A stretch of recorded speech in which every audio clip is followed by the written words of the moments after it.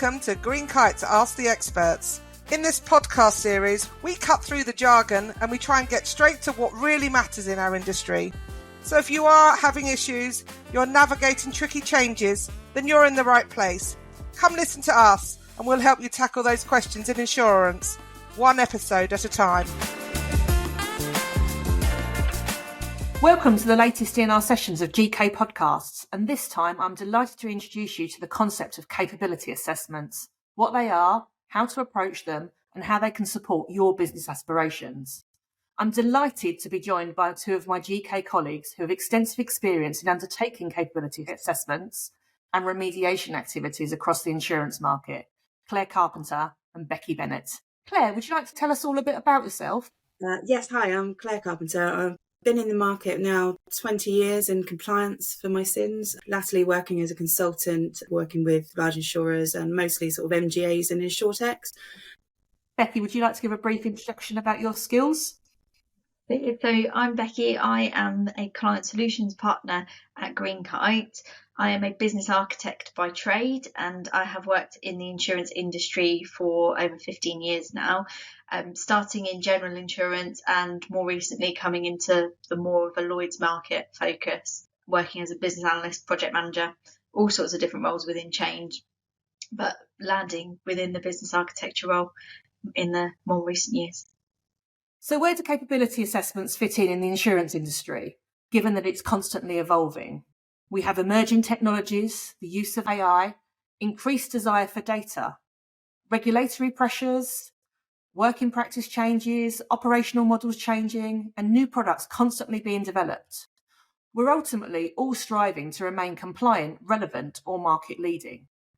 So with that in mind, how can capability assessments help you make your business better? Becky, let's start with you. Can you explain the concept of capability assessments to those listening and why an organisation would choose to embark on undertaking these types of assessments? Yeah, so a capability assessment can sound big and scary and sometimes quite expensive. The reality is a capability assessment is the opportunity to have somebody, preferably independent, come into your organisation to do a health check, for want of a better word, that will look at the 6 pillars of what we look at in a capability assessment. So we'll look at people, process, technology, data, partners, and regulatory responsibilities. We'll then look at each of the areas that you want us to look at. So we can look at everything from a full end to end, or we can look at individual areas that have an issue, and we'll produce you a report at the end that says, here's what our findings were, here's some issues that we identified, and here's some recommendations on how we think that you can fix it. So Becky, is the driver a problem that's been identified within the business, or is it something else? Anything can be a trigger for a capability assessment. So you can start a capability assessment because you've identified there's a problem. So you could say there's a problem in a particular area. So for example, we've been into organisations before where they've said we have a particular problem with due diligence. So when we're onboarding people, we are currently losing clients because our processes are taking too long. We're asking questions time and time again. Everything is really complex. So we can go in and we'll look at just that individual area. We'll look at the processes you follow. We'll look at the data you collate. We'll look at the technology you use. We'll look at, are you meeting your regulatory requirements? And we'll identify what we perceive are the issues in that area by talking to lots of people. And we'll produce your report and hopefully a project plan so that you can turn it around. The other point is, if you just want to improve, you want to do things better, you want to look at, is there a way that we can make things work? You potentially have a project that's going wrong that you can, you want to rectify, you want to put into recovery. Anything can be a trigger. There's never a right time to do a capability assessment, but it is a really good point where you can stop, breathe, and have this health check of everything that's going on in your organisation. Thanks, Becky. Claire, there's been a lot of talk in the Lloyd's market around independent validation of the Lloyd's RIO rating. With the move to self-attestation across the market, how important is it for firms to really understand and evidence their capabilities in more detail? really, really important. Having done a few of these reviews, there's quite a lot of gap between people's perception of what's going on in terms of the process and that rating versus the reality. There's also a lot of confusion between what processes are saying and how those things get pulled together. So really important, and Lloyds will be on you and wanting you to evidence that those assessments. And I think at the first stage, everybody sort of did the first review of that assessment, added that in, and now it's a time to go through those and validate everything that's been said in there, make sure it all cross-references between policies and other procedures, and really make sure that you've really got an accurate assessment of the risk profile, the maturity level within the business across all 13 pillars. Lloyds will be checking, albeit it's a self-attestation, they will be checking. And how does it work when you're a firm that has given an attestation of advanced, but actually a capability assessment comes in underperforming? What would you do within that kind of organisation? And I think that's a really good question. And I think that the validation, I think what's important around these capability assessments is a business-led opportunity to rectify things. So it's not a case of writing a report and saying, well, you're not mature. Most likely in these situations, what occurs is actually there's a process that just needs updating, or, some very simple fixes. So it doesn't necessarily mean that you're not mature, and it's not something you now need to then necessarily go and start reporting to Lloyds and saying that you're not against those attestation. Quite often, these are just quick fixes and pragmatic fixes that can help evidence that validation. And very rarely when I've done one of these reviews have I ever found someone being completely out of kilter with the rating, but it's mostly evidence and process based that the issues.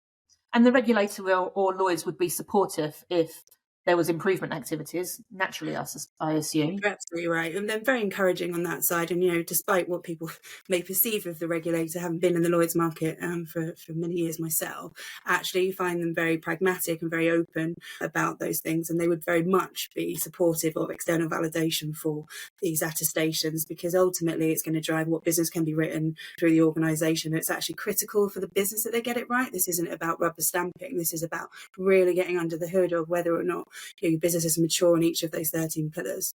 Just to add into what Claire said as well, although I've not been involved in anything that has a RIA attestation, we have been involved when the regulators have come in to check how a firm is performing.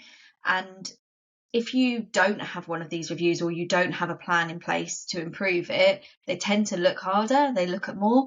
If you can present them with a plan and say, we know what our problems are, we know what the issues we're facing are, here's our plan of how we're going to fix it based on this independent report that we had, and we have had evidence of this happening at a client that we have been at previously, they come in, tick a box and say, brilliant, we'll come back in a couple of years and make sure you've done everything you say you were going to do. And that was that, rather than them looking in more detail and more depth.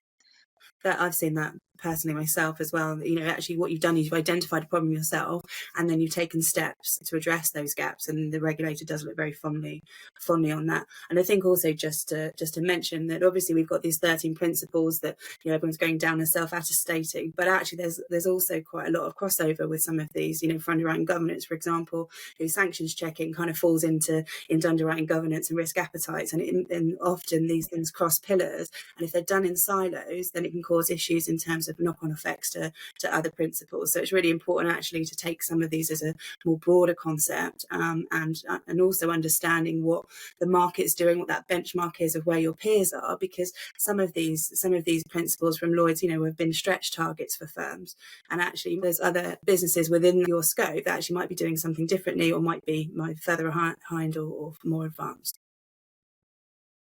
We're using the term capability assessments, but also we've got terms like validations, assurance, independence reviews, and they're words that come up a lot within the kind of assurance and compliance space, Claire. How do they differ, or don't they? Are they the same thing?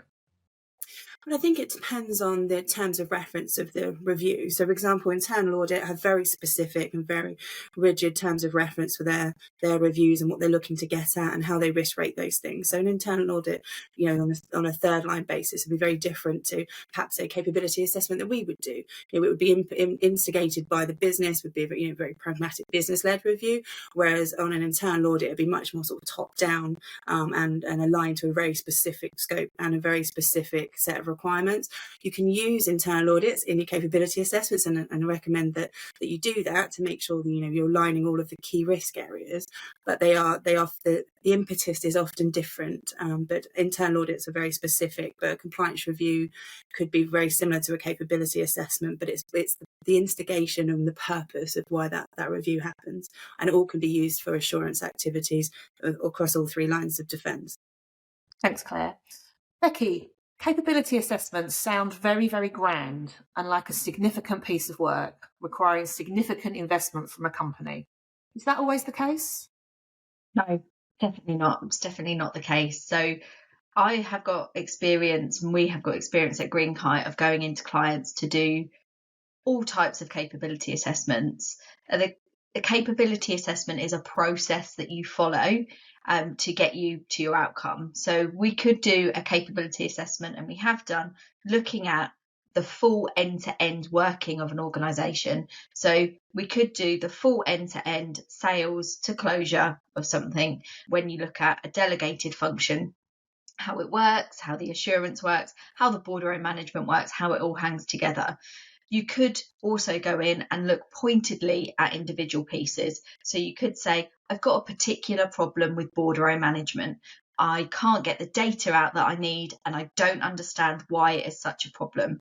Instead of just hopping straight into, I need new technology, let's go and buy a new system, let's get it in as quick as we physically can, you can have one of these assessments, and it will give you an insight to the whole piece. So is your people structured properly? Are you able to support any queries that come out from borderline management? How does your data hold together? How does the data flow from start to finish? How are we liaising with our cover holders and making sure that the data quality that we've got is at the right level?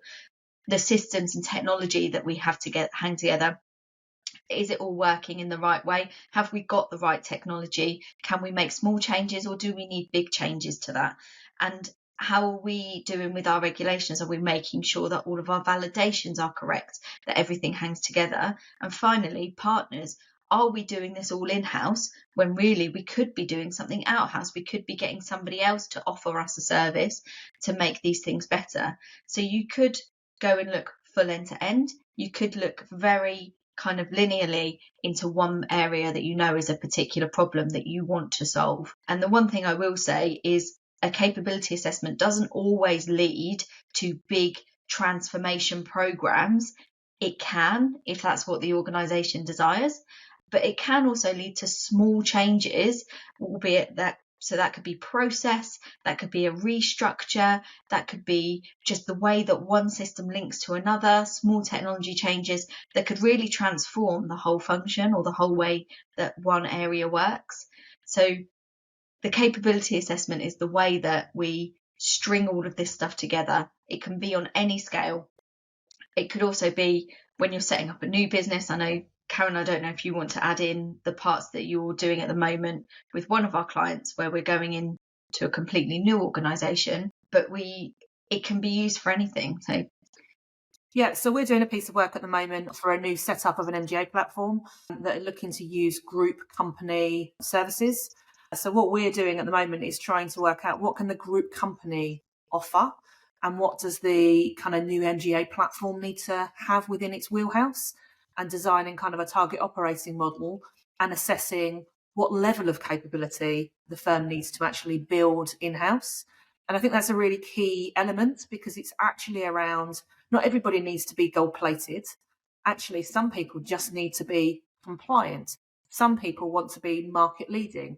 And there's a variety of risk appetites kind of in the mix there. So each function, each capability can have a different level of expectation and a different remit to achieve.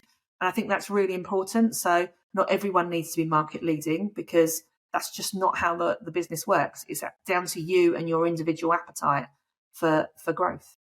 It's really important as part of the capability assessment to work out the reasons for doing it. So one of the first things that we do when we go into an organisation is to say, why do you want this capability assessment to take place?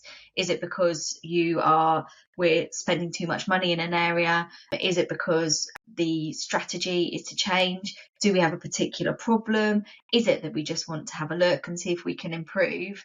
And looking at that strategy at the beginning means that when you're doing the capability assessment, you're looking at how things are affecting that end goal of where you want to be. And any recommendations or any plans or any project designs that come off the end of a capability assessment can be done in a way that will support that strategy going forward, so the way that you want your organisation to be designed. Claire, in your experience within the assurance arena, can you give me some examples of kind of smaller capability assessments that you've been involved in so far at Green Kites? Yeah, sure. I think consumer duty has been a really interesting one, because we've done capability assessments for large insurers and quite a few small insurtechs and MGAs, and those projects vary very differently. And actually, the pragmatic, a small MGA with 4 or 5 staff, they haven't got the people or the infrastructure to be able to do some of the snazzier things that these large insurers have got the capability to do. A good example of that is customer understanding outcome 3, where you need to test your communications. Now, obviously, a huge insurer has got a lot of budget to be able to then use external providers to do that, to do a lot of focus groups and all of that good stuff, which is fantastic.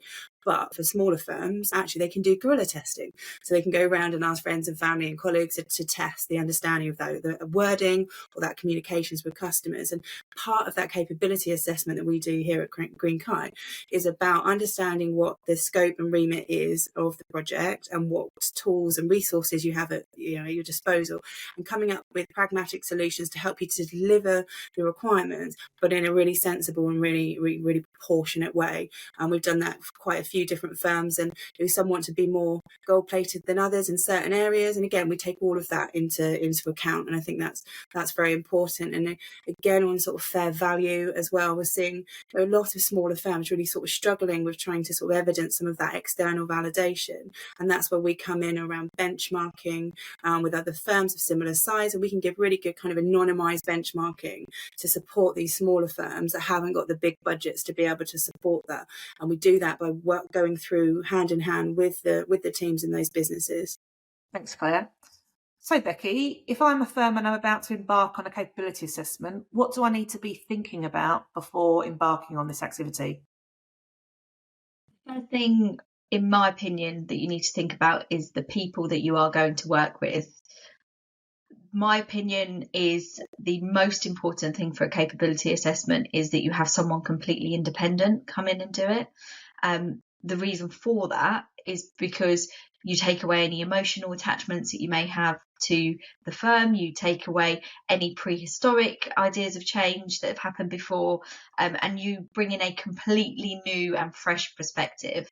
But what's really important is finding a partner that works with you. It's very easy to jump to one of the standard people that you would go and work with, but bringing in somebody who really understands your business, really understands the market that you work in, and really understands what you're trying to achieve from it, that is the first thing, that is the most important thing that happens. The next part is to make sure you know the reason why you're asking for this capability assessment and you're asking for this review. What do you want to get out of it? And what do you want to be produced at the end of it? It could be that you just want a report that says, this is how bad it is, and then or how good it is. Sorry, on the negative there. This is how good it is. This is the problem areas that we found. You just want a report so that you know what the situation is right now, and then you can make a decision about what you're going to do. It could be that you already know that you have particular issues that you need to fix, so you want a project designed at the end of it so that you can make it better in the future. Or it could be that you want a full transformation to take place, and you want us to be coming in and thinking about these reports and what changes that you can make, which will be a longer term piece of change. So knowing who your partners are going to be, knowing the reason why you're starting it, and knowing what you want to get out the end of it. I think the biggest the biggest shame that could happen is that you go through this work, you design how it's going to work, you complete it, you make the reports, and then nothing comes off the end of it. It's such a rich piece of information that comes at the end when these reports are created, that to just lose that is quite a shame at the end. Yeah. And I think one of the other things that we need to really think about is the business strategy. We touched on it earlier. Are we just keeping the lights on? Are we trying to be regulatory compliant and not get the FCA after us? Are we trying to be above the competition? Are we really trying to leverage competitive advantage? I think if you know where your end game is, I think it makes it much, much easier to assess the capability against that end game and then see the kind of route for improvement. Absolutely. Claire, do you have any thoughts on what else you'd like to see firms doing before starting this activity? I mean, I think your point's absolutely great in terms of that kind of competitive advantage. Are you going to get some competitive advantage from implementing a system and narrowing that process down, or there's loads of opportunities to do that. And I think also Becky's point of sometimes the report will actually just be a validation that you are doing things right. We'll always have other ideas and additional things that you might want to think about. But actually, there's been 2 recent reviews that I've done, one on sanctions and one on vulnerable customers, where actually the report was largely really positive and reinforcing of a really good activity that's been happening. So it's not always a negative, but I think your point's absolutely critical, that if you're going to procure a capability assessment, that everybody's aligned, the board's aligned about what they're looking for, the business want to understand what they want to get out of it as well. And it should be also not just, are you compliant, yes or no, but it should also be about how can we get that competitive advantage with the processes we've got in place. And that's one thing at Greenkite we're really good at, is because we've been around the block a bit, can see actually best practice across the market and give suggestions for how things might be able to be improved. So the one thing that I would add to what Claire has said as well is that engagement piece. So making sure that everybody is aware of what you're doing, why you're coming in to do it, and what the outcomes are going to be, so that when we do meet with the business, what we try to do is take minimal amounts of time from the business and pull everything together. We meet with as many people as possible, and we come up with that original stakeholder list when we first come in and we have the discussions. But having open, honest conversations with people where people know that we are completely independent and we're able to take the ideas from people, and we're able to pull all of that together, is really important. And if people don't understand why we're coming in, then it could taint or it could change the outputs that we get out the end. So having that positive start right at the beginning, being really clear, really helps. And I think that's really important as well, because this is why it's not an audit. We're not here to score you. We're not here to assess you. We're not here to tell you you're doing things wrong. We're actually here to help you drive improvement. So the only way you can drive improvement is by being kind of open and honest, and having a desire for continuous improvement. And I think that culture of no blame and just how do we move this forward is really, really important within the organisation. And that tone needs to be set from the top of the organisation, because it's very, very difficult to go into a business who are on the defensive and understand where they are in their kind of development life cycle. I completely agree with that, Karen, because I think actually I'm starting to see more instigations of these types of reviews from business leaders, underwriting and operations, whereas normally, historically, I would see them coming from compliance because they had to, or because, the regulator. Actually seeing more proactivity from business functions, wanting that best practice, wanting that validation against almost sometimes their own internal department's opinions of stuff. So it actually can be a really good catalyst for change and a really good cohesion. And quite a few times doing these reviews, actually you'll speak to one team and they've got an absolute fixed view about what needs to happen, and they haven't spoken to the adjacent team that actually has got a completely different view. And actually one thing we can do with these reviews is kind of bring those things together and hear out each department and make sure that they're cohesive. Thanks, Claire. So we talked a little bit about the output from a capability assessment, because there's not much point doing a capability assessment unless you're going to do something with what you learn along the way. We talked about big transformational projects, and we've also talked about kind of small tactical change. If I turn to Becky first, once you've done a capability assessment, how do you help a business decide how to move forward from the outcome? Depends what the findings are. So one thing that we always try to bear in mind is that when you are producing the end output and you are designing whether we think it needs to be transformation, it needs to be project, it can be small tactical, it could even be a program of small changes that are happening throughout a longer period of time. You need to take into account budget, strategy, and desire to change, how hard change is going to be, how open the business is going to be to change. So that is really taking that rich information that you've got that comes out of these reports and working with professionals to work out how are we going to change this, how are we going to make it better. We will put in benchmarking where we have gone with our previous experience and pulled all that together, and we will say this is the way we think that you could work, but it needs to be business decisions on how a lot of this stuff works. So I'm going to say it's a program of change, but it doesn't need to be massive.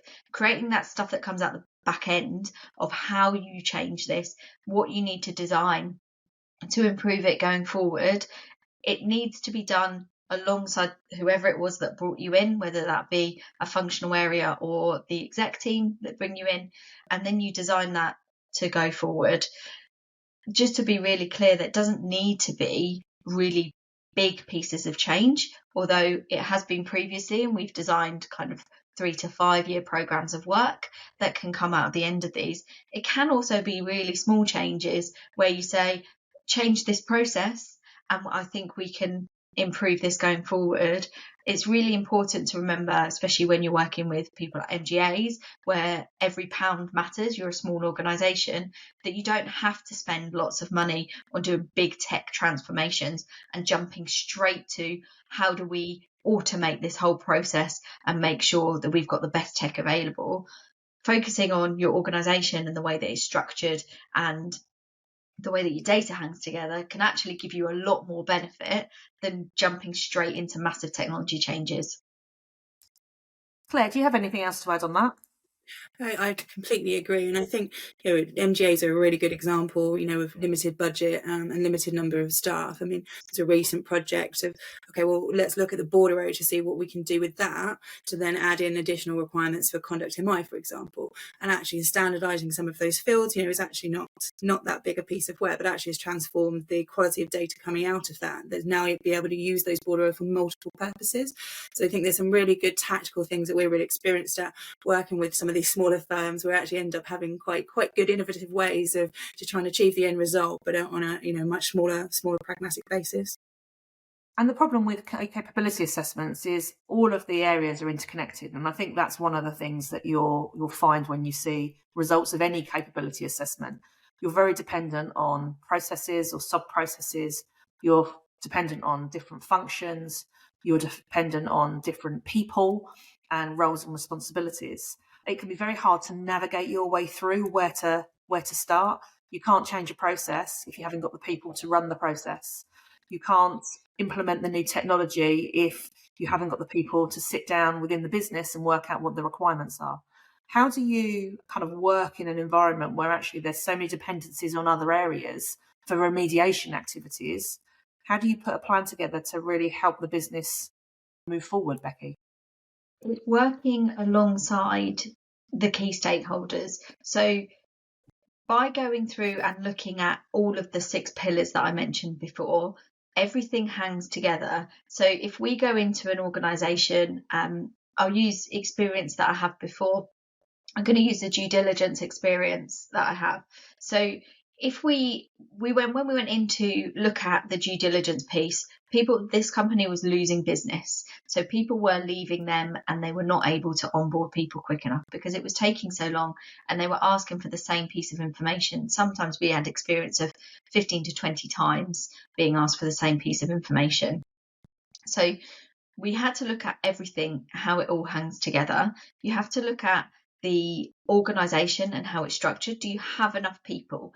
Are the people skilled in the right way? Do you have enough seniority in there?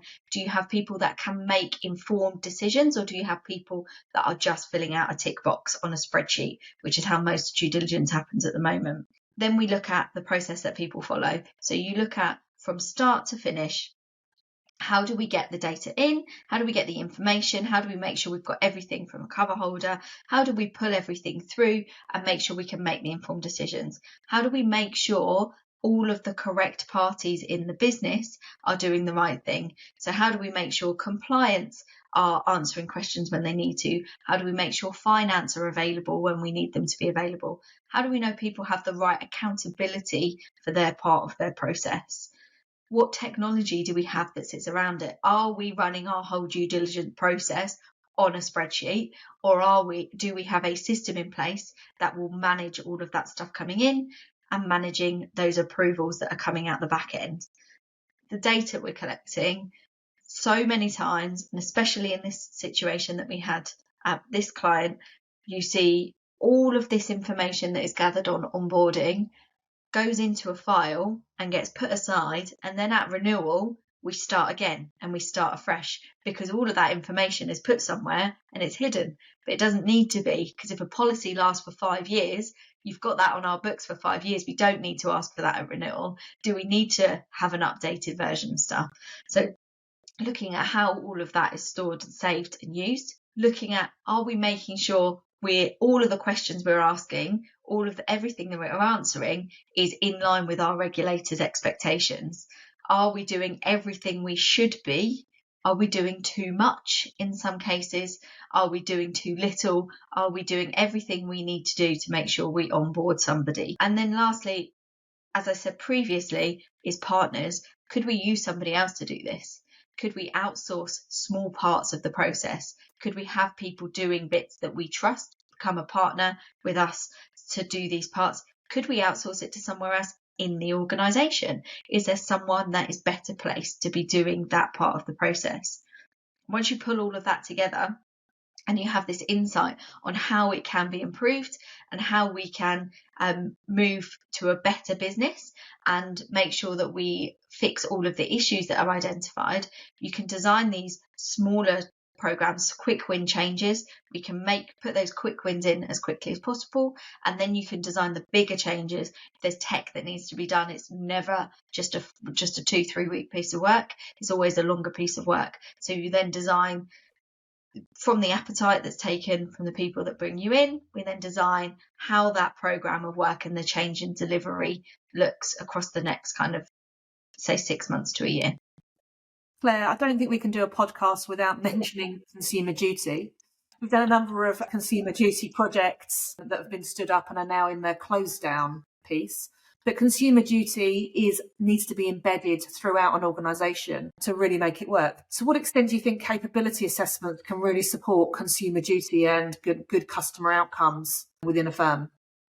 I think it's absolutely critical. We can see through the gap market and the FCA's intervention on fair value, which obviously is a core part of consumer duty, and we can see that the implications of getting that wrong and the fact that some gap providers have been prohibited from selling voluntarily, from selling temporarily. We can see that can have major impacts on a business. And I think that there was a lot of work to do to deliver consumer duty across the market. And as I said earlier, actually, there's a number of different types and sizes of firms, and the implementation of consumer duty can look very different across those different types of firms. And I think a stop and check, health check, given what we know about the FCA's recent interventions, and there's going to be more coming on other types of products around fair value and those product assessments, and having looked at quite a few of those across the market, there does need to be some real, digging around and real challenging of oneself around how well that was done, how those delivery points were delivered in line with what the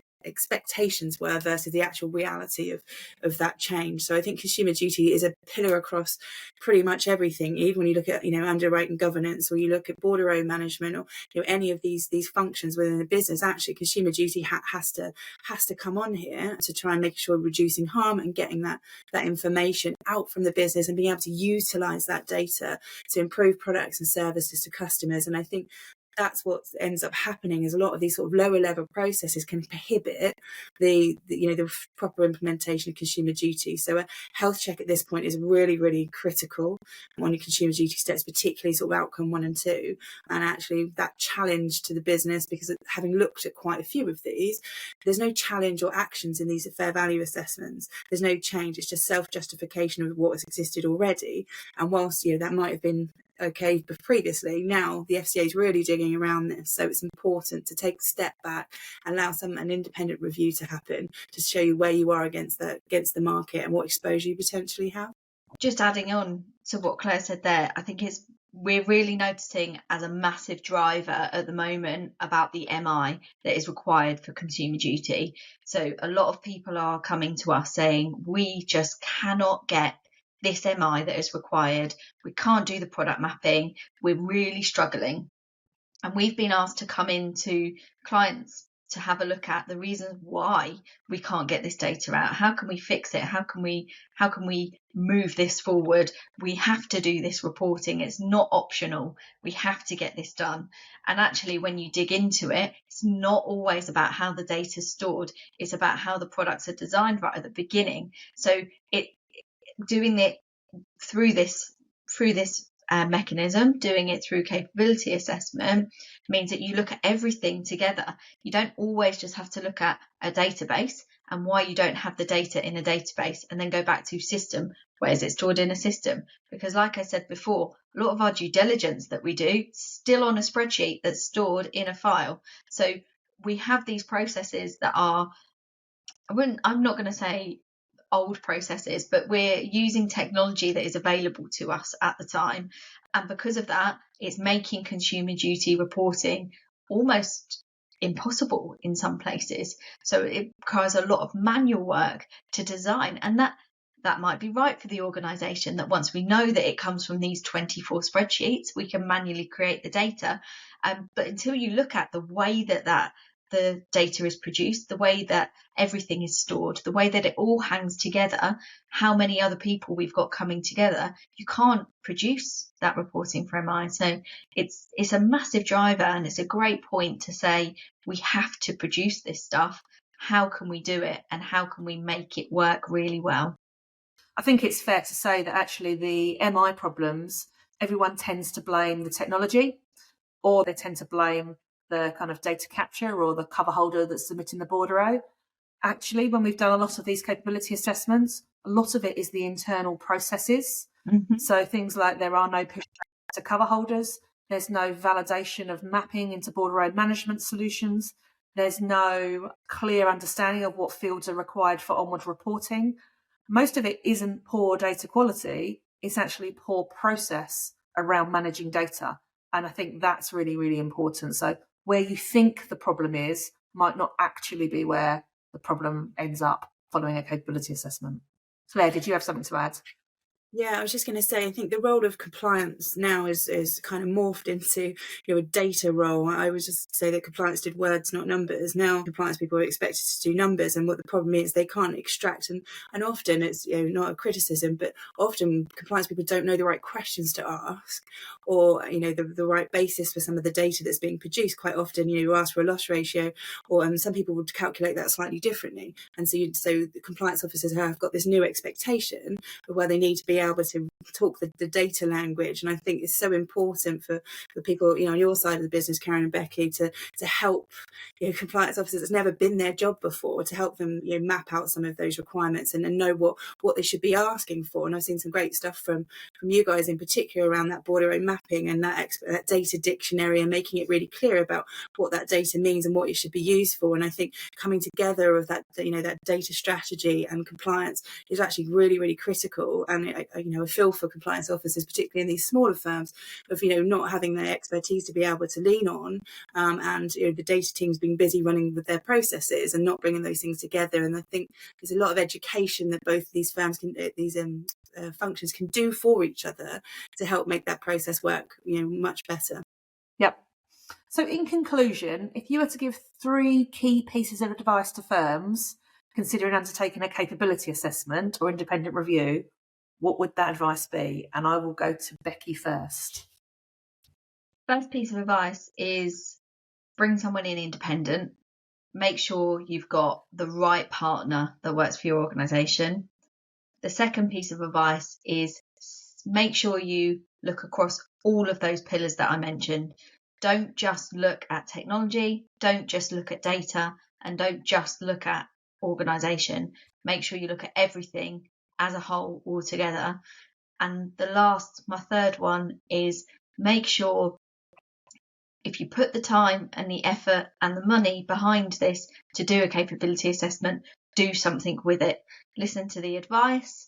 You may not agree with the advice, you can go against it, but you can make a decision to do that. But make sure you do something with it and don't just let it sit on a shelf for years.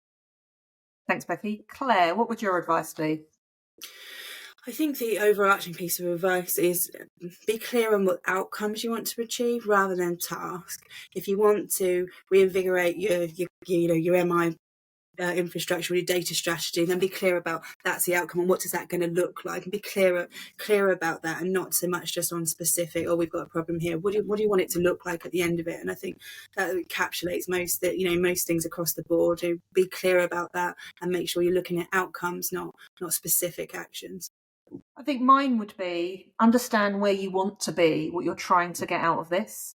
Do you want to be a market leader? Do you want to gain competitive advantage? Do you just want to make sure that you're compliant and have a view of your appetite? Make sure there's strong business leadership and that the firm have got the time and resources to allocate to this. To do a successful capability assessment, we do need to talk to people within the business. They do need to spend time with us. They do need to have honest, open conversations around where the challenges are, and we will represent those in our findings report, but that does take time and effort. So I think that's really important. And again, I think echoing back to once you've done a capability assessment, you need to have a plan about what you want to do with it. We've got plenty of examples where they sat on a shelf, and we've got plenty of examples which have launched large transformation programs. But we've also got plenty of examples of people that would like to do large transformation programs, don't have the budget, but can actually spend the next 6 months after a capability assessment making small tweaks to generate improvements within the businesses.